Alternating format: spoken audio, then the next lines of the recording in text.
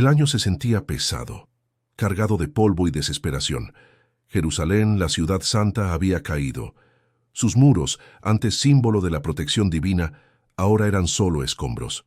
El pueblo de Israel, que una vez caminó libre por su tierra, se encontraba desterrado, arrastrado por la fuerza del imperio neobabilónico. Nabucodonosor, un rey con un poder inmenso y una ambición sin límites, gobernaba con mano de hierro desde su majestuosa Babilonia, un lugar de jardines colgantes y torres imponentes, pero también de dioses extraños y costumbres ajenas. En medio de esta tragedia, un grupo de jóvenes hebreos fue arrancado de sus hogares, llevado a una tierra extraña, un lugar donde su fe sería puesta a prueba como nunca antes. Entre esos jóvenes estaba Daniel, un muchacho de linaje noble, educado desde pequeño en los principios de su pueblo. No estaba solo. Con él llegaron Ananías, Misael y Azarías, a quienes los babilonios rebautizaron como Sadrac, Mesac y Abed-nego. Desde el primer momento, su situación fue delicada. El rey Nabucodonosor quería que los jóvenes más prometedores de los pueblos conquistados fueran adiestrados para servir en su corte. Esto implicaba aprender la lengua y las costumbres caldeas, pero también comer de la comida del rey y beber de su vino, alimentos que a menudo estaban dedicados a ídolos o no cumplían con las leyes dietéticas de los hebreos. Para Daniel y sus amigos, esto no era solo una cuestión de gusto, sino de conciencia. Fue Daniel quien tomó la iniciativa. Con una valentía tranquila, pidió al jefe de los eunucos que les permitiera comer solo vegetales y beber agua. No querían contaminarse. Era una petición arriesgada, una que podía costarles la vida en un imperio donde el capricho del rey era ley. Pero Daniel confió en su Dios. Pidió una prueba de 10 días. El resultado fue sorprendente. Al final del período, Daniel y sus amigos lucían más sanos y fuertes que aquellos que habían comido de la mesa real. Su sabiduría y su entendimiento eran excepcionales. Dios les había dado conocimiento e inteligencia en todas las letras y ciencias, y a Daniel, además, la capacidad de entender toda visión y sueño. Este favor divino los distinguió desde el principio, demostrando que incluso en el exilio, la fidelidad tenía su recompensa. La vida en la corte babilónica continuó, hasta que un día el rey Nabucodonosor se vio sumido en una profunda angustia. Había tenido un sueño, una visión tan vívida y perturbadora que lo había dejado intranquilo, pero al despertar no podía recordarlo. La incapacidad para recuperar los detalles lo atormentaba. Convocó a todos los magos, astrólogos, hechiceros y caldeos de su reino. Les exigió no solo la interpretación del sueño, sino que primero le dijeran cuál había sido su sueño. «Si no me decís el sueño y su interpretación, seréis hechos pedazos y vuestras casas convertidas en muladares», les advirtió. Los sabios de Babilonia, acostumbrados a interpretar sueños que les eran contados, se encontraron en un callejón sin salida. Era una demanda imposible. «No hay hombre sobre la tierra que pueda declarar el asunto del rey», respondieron. La desesperación se apoderó de ellos, al saber que la muerte era inminente. La orden de ejecutar a todos los sabios de Babilonia llegó también a Daniel y sus compañeros.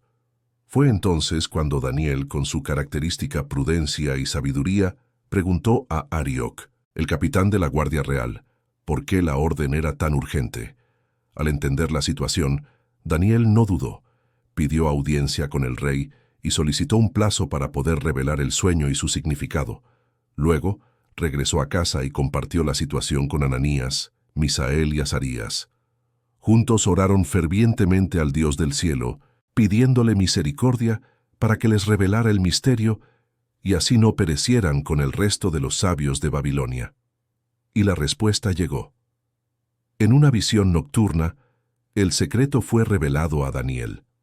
Se llenó de gratitud y alabó a Dios por su sabiduría y poder, por cambiar los tiempos y las estaciones, por quitar reyes y poner reyes, por dar sabiduría a los sabios y ciencia a los entendidos. El poder de Dios se manifestaba una vez más, no en la tierra de Israel, sino en el corazón mismo del imperio pagano, a través de un joven exiliado.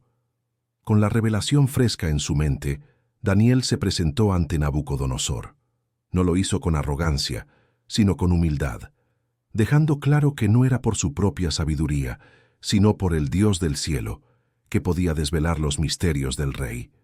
Y así, Daniel comenzó a describir el sueño del monarca, un sueño que había atormentado sus noches y que ahora, por fin, recuperaba su forma en palabras. Nabucodonosor había visto una imagen, una estatua inmensa, cuyo resplandor era extraordinario y su aspecto imponente. Esta figura majestuosa no era de un solo material, sino una composición extraña y fascinante. La cabeza de esta estatua era de oro puro, brillante y deslumbrante. Su pecho y sus brazos, en cambio, eran de plata, un metal noble, pero inferior al oro.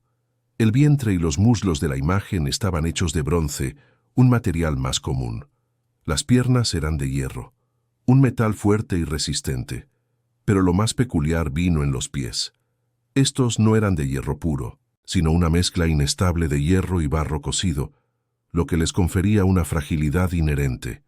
Mientras el rey contemplaba esta extraña figura, una piedra, que no fue cortada por mano humana, se desprendió y golpeó la estatua en sus pies de hierro y barro. El impacto fue devastador. La estatua entera se desmoronó. El hierro, el barro, el bronce, la plata y el oro se hicieron añicos, pulverizados, como el tamo de las eras en verano. El viento los arrastró sin dejar rastro. Y esa piedra, que había destruido la inmensa imagen, creció hasta convertirse en una gran montaña que llenó toda la tierra. Nabucodonosor escuchaba, asombrado. Daniel no solo había descrito el sueño con precisión, sino que ahora procedía a interpretarlo, revelando el plan de Dios para los imperios mundiales. La cabeza de oro, explicó Daniel, representaba al propio Nabucodonosor y su imperio neobabilónico. Tú, oh rey, eres rey de reyes, porque el Dios del cielo te ha dado reino, poder, fuerza y majestad, le dijo. Babilonia, bajo su reinado, era el pináculo del poder y la riqueza. Sus muros eran legendarios, sus jardines colgantes una maravilla. Era un imperio sin igual en su época, glorioso y opulento, un verdadero cabeza de oro en el panorama geopolítico. Era un reconocimiento directo del poder divino detrás de la prosperidad del reino, un poder que había permitido a Nabucodonosor alcanzar tal dominio.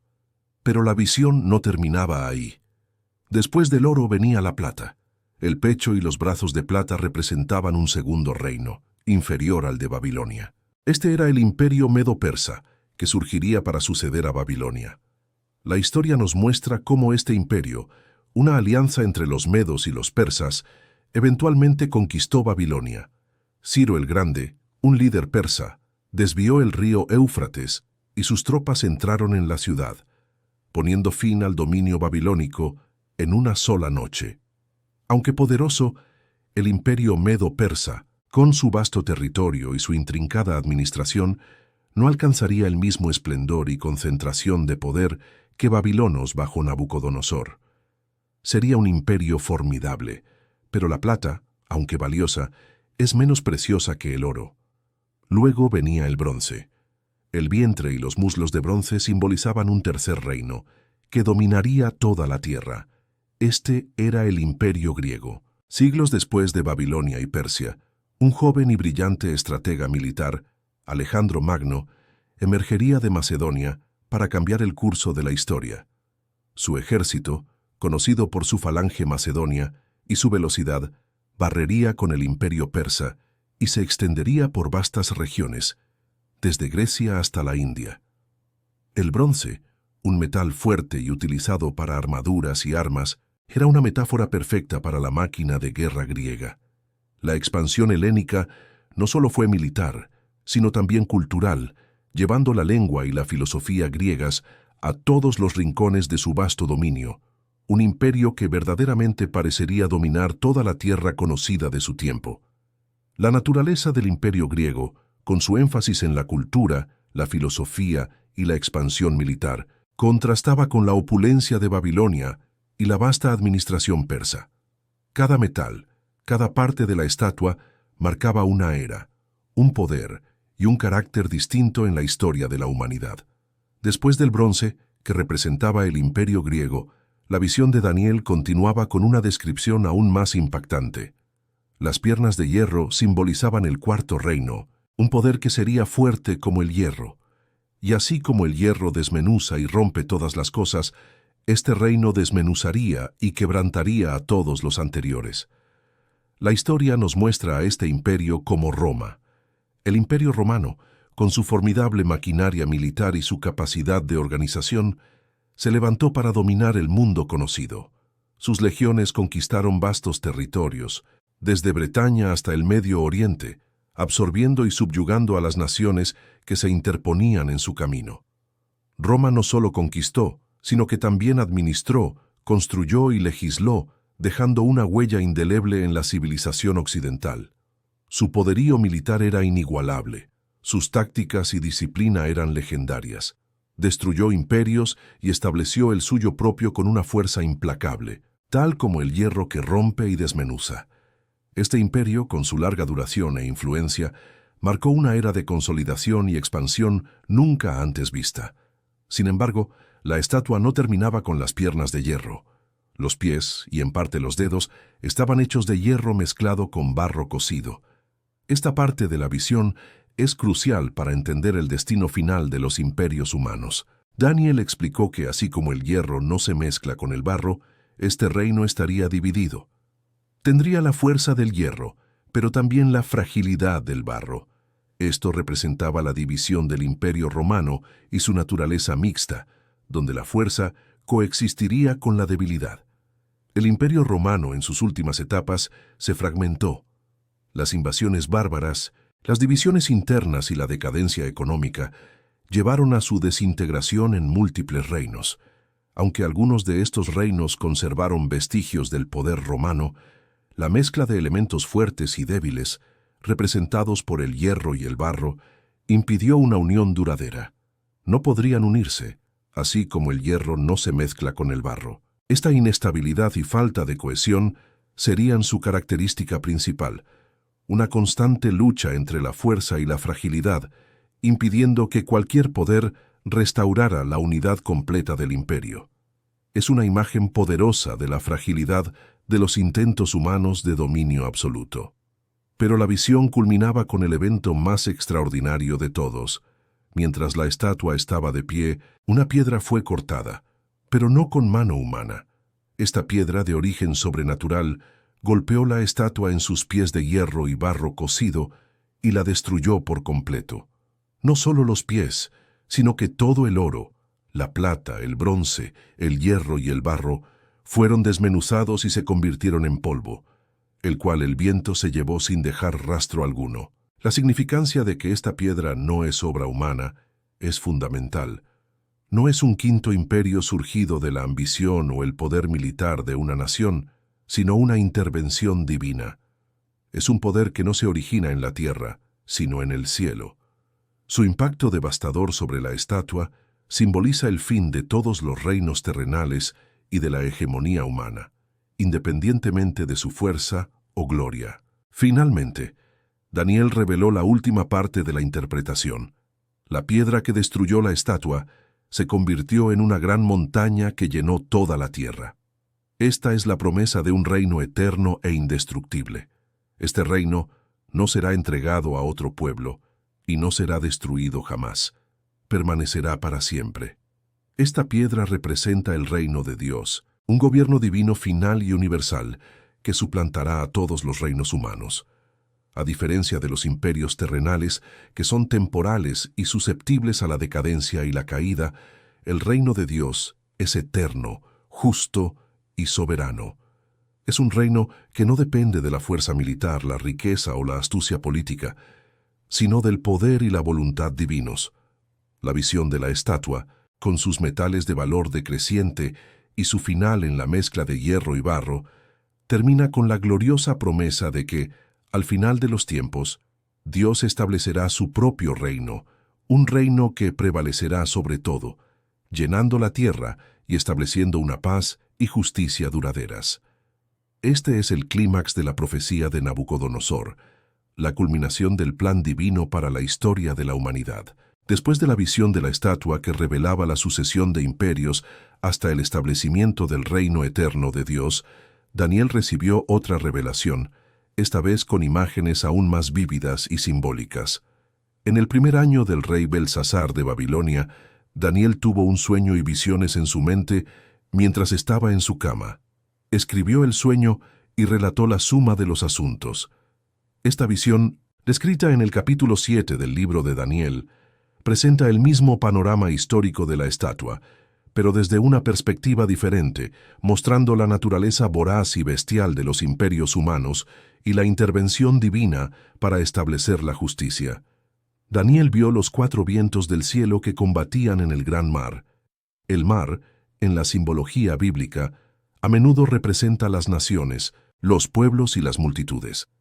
Que el mar estuviera revuelto y agitado sugiere un periodo de gran agitación, conflictos y guerras entre las naciones, de donde surgirían los grandes poderes mundiales. De este mar turbulento, 4 bestias grandes, diferentes la una de la otra, subían a la superficie. Estas bestias eran símbolos de los mismos imperios que Nabucodonosor había visto representados en la estatua, pero ahora se revelaban en su verdadera naturaleza depredadora y opresiva, desde la perspectiva de la humanidad y del propio Dios. La primera bestia que Daniel vio era como un león, pero tenía alas de águila. Mientras Daniel la observaba, sus alas fueron arrancadas y fue levantada del suelo, y se puso enhiesta sobre los pies como un hombre, y le fue dado corazón de hombre.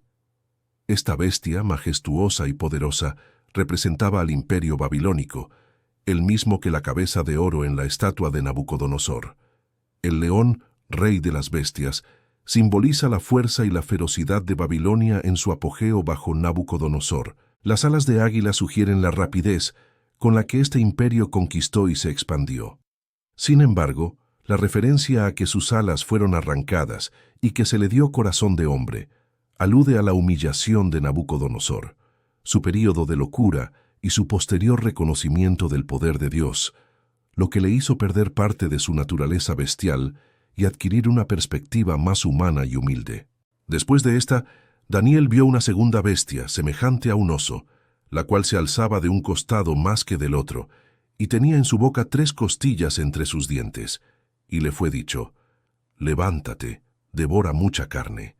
Este oso representaba al imperio medo-persa, el mismo que el pecho y los brazos de plata de la estatua. El hecho de que se alzara de un costado más que del otro indica la desigualdad de poder entre los medos y los persas, siendo estos últimos los más dominantes. Las 3 costillas en su boca simbolizan las 3 principales conquistas que este imperio llevaría a cabo para consolidar su poder: Lidia, Babilonia y Egipto, o quizás las 3 direcciones principales de su expansión. Su naturaleza de devorar mucha carne subraya la voracidad y la extensión de sus conquistas territoriales. La tercera bestia era como un leopardo, pero tenía 4 alas de ave en sus espaldas y también 4 cabezas, y le fue dado dominio. Esta bestia, rápida y ágil, simbolizaba al imperio griego, el vientre y los muslos de bronce de la estatua. El leopardo es conocido por su velocidad, lo que representa la asombrosa rapidez con la que Alejandro Magno conquistó el mundo conocido, expandiendo el imperio griego en muy poco tiempo. Las 4 alas de ave enfatizan aún más esta celeridad en la conquista. Las 4 cabezas de la bestia son una clara referencia a la división del imperio de Alejandro Magno tras su muerte. Sus 4 generales principales, Casandro, Lisímaco, Ptolomeo y Seleuco, se repartieron el vasto imperio, formando 4 reinos distintos. Esta bestia, al igual que las anteriores, mostró un poder y una capacidad de dominio impresionantes, pero también su naturaleza fragmentada. Después de estas 3 bestias, Daniel vio una cuarta, y esta era verdaderamente diferente a todas las anteriores, terrible, espantosa y en extremo fuerte. Tenía grandes dientes de hierro, con los que devoraba y desmenuzaba, y las sobras las pisoteaba con sus pies. Esta bestia no se parecía a ningún animal conocido. Su ferocidad y capacidad destructiva eran incomparables. Esta descripción encaja perfectamente con el Imperio Romano. las piernas de hierro de la estatua de Nabucodonosor. Roma fue un poder militar sin precedentes, que conquistó y subyugó vastas regiones con una eficacia brutal, desmenuzando a sus enemigos y asimilando sus territorios. Sus dientes de hierro simbolizan su poder imparable y su dominio absoluto sobre las naciones. Pero la visión de esta cuarta bestia no terminaba ahí. Daniel notó que tenía 10 cuernos. Estos 10 cuernos representan las divisiones o reinos que surgirían del vasto imperio romano. La historia nos muestra cómo el imperio se fragmentó con el tiempo, dando lugar a diversas naciones y poderes en Europa. Mientras Daniel los observaba, un cuerno pequeño apareció de entre ellos. Este cuerno pequeño era particularmente intrigante y perturbador. Al surgir, arrancó de raíz a 3 de los primeros cuernos, mostrando una autoridad y un poder que superaba a los demás. Este cuerno tenía ojos como de hombre y una boca que hablaba grandes cosas, blasfemias contra el Altísimo. La aparición de este cuerno pequeño es uno de los puntos más debatidos y significativos de la profecía de Daniel. Sus características, ojos como de hombre, boca que hablaba grandes cosas, sugieren una entidad con intelecto humano, pero con una arrogancia y una pretensión de divinidad que lo hacían blasfemo. Este poder no solo era político, sino también religioso, buscando usurpar la autoridad divina. Su naturaleza blasfema y su intento de cambiar los tiempos y la ley son indicaciones claras de un poder que se atrevería a alterar los mandamientos de Dios y a establecer su propia agenda temporal y espiritual. La historia ha visto el surgimiento de poderes que han intentado precisamente eso, buscando controlar la fe y la conciencia de las personas. Este cuerno pequeño, además de su arrogancia verbal, tenía una agenda muy clara y violenta. Hacía guerra contra los santos, es decir, contra el pueblo de Dios, y los vencía. Este periodo de persecución y opresión es descrito en la profecía con una duración específica: tiempo, tiempos y medio tiempo. Esta expresión, interpretada por muchos eruditos como 5 años proféticos o 1260 días, años, señala un largo periodo de tribulación para los fieles. Durante este tiempo, el poder del cuerno pequeño prevalecía, sometiendo a aquellos que se mantenían leales a Dios. La historia de la Iglesia, desde la caída de Roma, está llena de ejemplos de persecución y opresión religiosa, donde poderes tanto políticos como religiosos buscaron erradicar a quienes no se conformaban a sus dogmas. Esta profecía advierte sobre la fidelidad en medio de la adversidad y la importancia de resistir la opresión espiritual. Sin embargo, el dominio de este cuerno pequeño no sería eterno. Daniel vio un juicio celestial que cambiaría el curso de los acontecimientos. El anciano de días, una figura que simboliza a Dios mismo, se sentó en su trono. Su vestidura era blanca como la nieve, y el cabello de su cabeza como lana pura. Su trono llama de fuego, y las ruedas del mismo fuego ardiente. Un río de fuego procedía y salía de delante de él. Millares de millares le servían, y millones de millones asistían delante de él. El tribunal se sentó y los libros fueron abiertos. En esta escena majestuosa se emite el juicio. Los libros representan los registros de las acciones de la humanidad y del cuerno pequeño. La sentencia fue clara y definitiva. La bestia fue muerta, y su cuerpo destruido y entregado para ser quemado en el fuego. El dominio del cuerno pequeño llegaba a su fin. Esta visión no solo anunciaba la destrucción de este poder opresor, sino que también traía esperanza a los perseguidos. La justicia divina prevalecería. El fin del dominio del cuerno pequeño no era el fin de todo, sino un paso hacia el establecimiento de un reino diferente. La visión concluye con la promesa de que el reino y el dominio y la majestad de los reinos debajo de todo el cielo serían dados al pueblo de los santos del Altísimo, cuyo reino es reino eterno, y todos los dominios le servirán y obedecerán. Este juicio celestial no solo castigaba la injusticia, sino que también inauguraba una nueva era, un reino de justicia y paz bajo el gobierno divino. Después de la impresionante visión de las 4 bestias y el juicio celestial, Daniel recibió otra revelación importante: esta vez en el tercer año del reinado del rey Belsasar.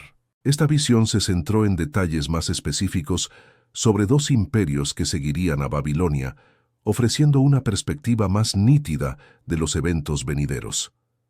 Daniel se encontraba en Susa, la capital del reino elamita, cerca del río Ulai. Fue allí donde vio un carnero que tenía dos cuernos, y ambos eran altos, pero uno era más alto que el otro, y el más alto subió después. Este carnero con dos cuernos simbolizaba el imperio medo-persa. La descripción de un cuerno más alto que subió después indicaba que, aunque los medos y los persas formaron una alianza, Persia, bajo líderes como Ciro el Grande, se volvería la fuerza dominante dentro de esa unión, eclipsando a los medos. Este imperio, como se había predicho, se expandió poderosamente hacia el occidente, el norte y el sur, y ninguna bestia podía hacerle frente. Mientras Daniel reflexionaba sobre la visión del carnero, apareció un macho cabrío que venía del occidente sin tocar la tierra. Este detalle de no tocar la tierra sugería una velocidad y una rapidez asombrosas en su avance. El macho cabrío tenía un cuerno notable entre sus ojos. Esta figura representaba a Grecia, y el gran cuerno entre sus ojos era Alejandro Magno, el joven y carismático líder que conquistaría el mundo conocido en un tiempo récord. La profecía no solo anticipaba su surgimiento, sino también su increíble velocidad y el impacto devastador de su campaña militar. El macho cabrío se lanzó con furia contra el carnero. La visión describe cómo el macho cabrío llegó hasta el carnero y se enfureció contra él. Lo hirió y quebró sus dos cuernos, y no hubo en el carnero fuerza para hacerle frente. Lo derribó en tierra y lo pisoteó, y no hubo quien librase al carnero de su poder. Esta dramática confrontación simbolizaba la histórica victoria de Grecia sobre el imperio persa.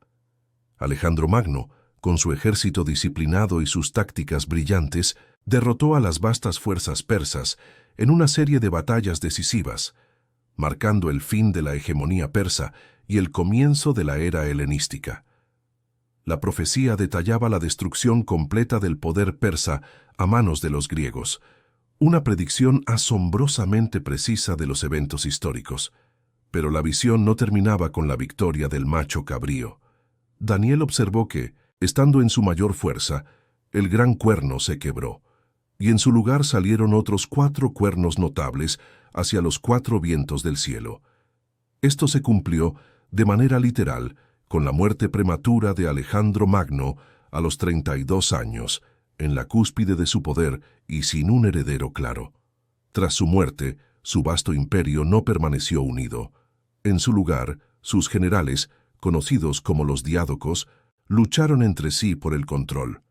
Finalmente, el imperio se dividió en 4 reinos principales: el reino de Ptolomeo en Egipto, el de Seleuco en Babilonia y Siria, el de Lisímaco en Tracia y Asia Menor, y el de Casandro en Macedonia y Grecia. Estos 4 cuernos que surgieron hacia los 4 vientos del cielo representaban precisamente esta división del imperio griego, un evento que configuraría el panorama político y cultural del Mediterráneo oriental durante siglos. Esta parte de la profecía no solo previó el ascenso y la caída de Alejandro, sino también el destino fragmentado de su legado, mostrando la increíble precisión de las revelaciones dadas a Daniel. La visión de Daniel continuó, revelando aún más detalles sobre los imperios y los eventos venideros. De uno de esos 4 cuernos que representaban las divisiones del imperio griego, surgió otro cuerno, uno pequeño, que, sin embargo, creció mucho hacia el sur, el oriente y la tierra gloriosa. Este cuerno pequeño no era el mismo que el de la visión de las 4 bestias, que representaba un poder posterior y más amplio.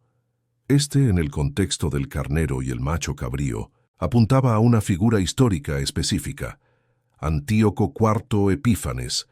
Antíoco IV Epífanes fue un rey de la dinastía Seleucida, uno de los reinos surgidos de la división del imperio de Alejandro Magno. Su reinado se caracterizó por su ambición territorial y, más notoriamente, por su persecución a los judíos y su intento de helenizar por la fuerza la región de Judea, la tierra gloriosa. Él expandió su poder hacia el sur, atacando Egipto, y hacia el oriente. consolidando su dominio.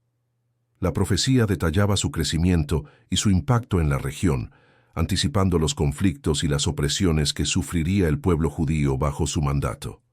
La visión se tornó aún más alarmante cuando el cuerno pequeño se engrandeció hasta el ejército del cielo. Esto significaba que su arrogancia y su poder llegaron a tal extremo que se atrevió a desafiar a las huestes celestiales, o al menos a aquellos que representan a Dios en la tierra, es decir, el pueblo de Israel. La profecía indicaba que derribaría parte del ejército y de las estrellas, lo que se interpretó como la opresión y la muerte de muchos del pueblo de Dios, incluyendo líderes y sacerdotes que eran vistos como estrellas en el firmamento espiritual. Lo más grave de todo fue que se engrandeció contra el príncipe de los ejércitos, una clara referencia a Dios mismo, o, en un sentido mesiánico, al Mesías.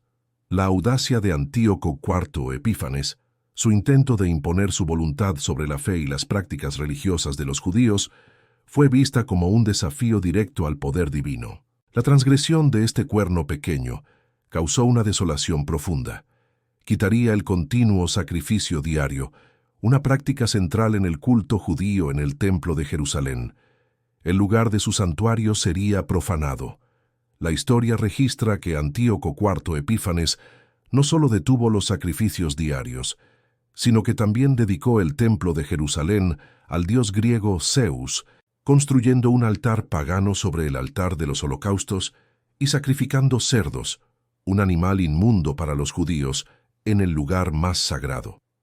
Este acto fue la abominación desoladora histórica, un evento que marcó un punto de inflexión en la relación entre los seleucidas y los judíos, y que desencadenó la revuelta de los macabeos. La profecía de Daniel no solo predijo estos actos sacrílegos, sino también la ira y el sufrimiento que provocarían. Ante la magnitud de esta desolación, Daniel escuchó a dos seres santos conversando, y uno preguntó al otro hasta cuándo duraría la visión del continuo sacrificio y la prevaricación desoladora. La respuesta fue precisa: 2300 tardes y mañanas. Este período de tiempo, interpretado como 2300 días, representaba el lapso hasta la purificación del santuario. Después de este tiempo, el santuario sería restituido a su estado puro y se restauraría el culto. Esta profecía se cumplió con la revuelta de los macabeos, que lograron expulsar a los seleucidas de Jerusalén y purificaron el templo, restaurando los sacrificios y la adoración a Dios, un evento que aún hoy se celebra en la festividad judía de Hanukkah. La precisión de Daniel en la predicción de estos eventos es asombrosa, mostrando cómo Dios revela el futuro a sus profetas con gran detalle, incluso en los momentos más oscuros de la historia de su pueblo. La visión ofrecía una promesa de que, a pesar de la opresión y la profanación, la justicia prevalecería y el santuario sería restaurado. La precisión de estas revelaciones, sin embargo, no solo abarcaba imperios y conflictos militares. Daniel, con una dedicación inquebrantable, continuó buscando a Dios, especialmente por el destino de su pueblo. En un momento de profunda angustia y humillación para Israel, Daniel se postró en oración, buscando el rostro de Dios con ayuno y cilicio.